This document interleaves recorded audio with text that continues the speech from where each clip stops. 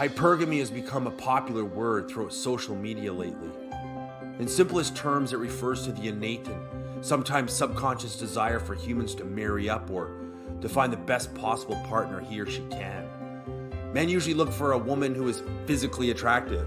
Men usually don't have a very long grocery list. Although men are usually willing to settle when seeking out sex, men are usually a lot pickier when selecting a woman for a long-term relationship.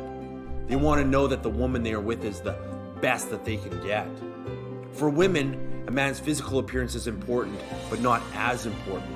Women have a much longer grocery list of things they are looking for in a man. In order to understand this, we must go back and examine this issue from an evolutionary perspective. Throughout history, women are usually been the weaker sex, and as a result, they needed to depend on their partner for things like protection, provision, and paternal investment.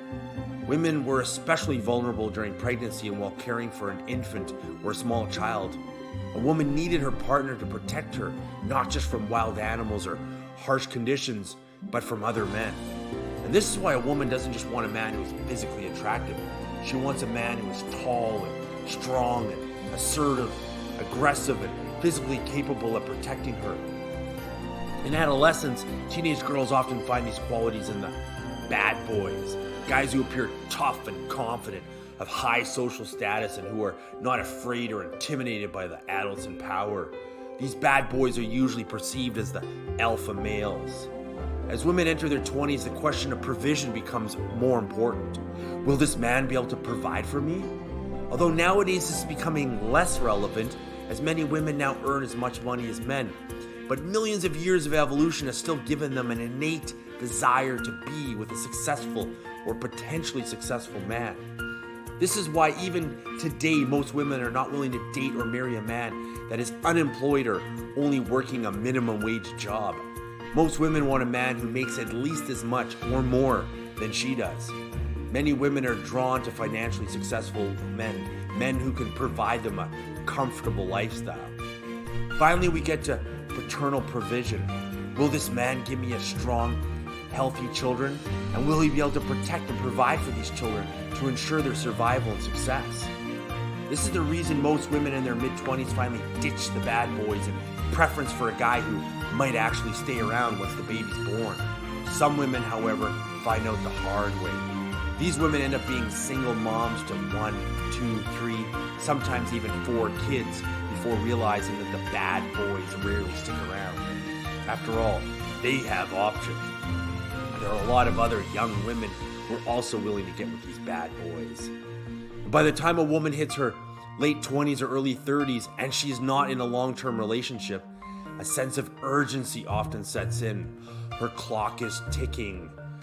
Either she now wants a nice guy who can help protect her and provide for her and her children, or she's starting to look for a nice guy who will give her those children and stay around to see them grow. This doesn't mean she's no longer attracted to the bad boys or the alphas.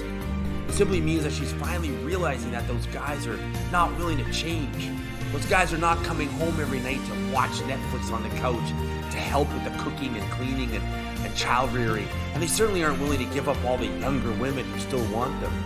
This means these women now need to find beta males, a male of lesser social status who is willing to change and conform to her demands and expectations, who's willing to step up and be the father to her children, and who will stay loyal in exchange for access to occasional sex. Now here is the catch. What women say they want and what millions of years of evolution has dictated are not always the same thing. A woman will say that she wants a guy who cooks and cleans and does the dishes and helps with grocery shopping and changes the diapers and watches the kids and forgoes his own friends and social life to invest all of his time and attention into the family unit. But is this what she really wants? The reality is, the more beta a man becomes, the more he gives up and compromises, the less attracted the woman becomes. This is evolutionary psychology, and contemporary education cannot simply undo millions of years of evolution. The more a man submits, the more a man gives up all his own hobbies and interests and friends and pursuits, the more boring he becomes. And the worst thing you can do to a woman is bore her. and without even understanding why, a woman will lose interest and attraction to her long-term partner. By far, the majority of divorces are now instigated by the woman. A man will often remain in an unhappy relationship with a woman he is no longer attracted to because he's been told his whole life that he needs to do what is right. Women, however, are told to do what's right for you. Women who are no longer excited or attracted to their partners or husbands will usually start looking for something better to monkey branch to. That could be Zach from sales, Peter from accounting, or even the boss himself. So what can we learn from hypergamy and a careful examination of human evolutionary psychology? For a man to be successful in both dating and marriage, he must continue to improve himself, to keep leveling up, and to be the best available option his partner has. A man should never be willing to give up his own passions, interests, and hobbies to appease his partner. A man must pursue excellence, always maintain a strong alpha frame, and never compromise on what's important to him. A man must never stagnate, but instead always be looking for ways to level up his appearance, his income, his status, and his overall life. Be the very best version of yourself that you can possibly be. Never give up your dreams, and never settle for an average or mundane existence.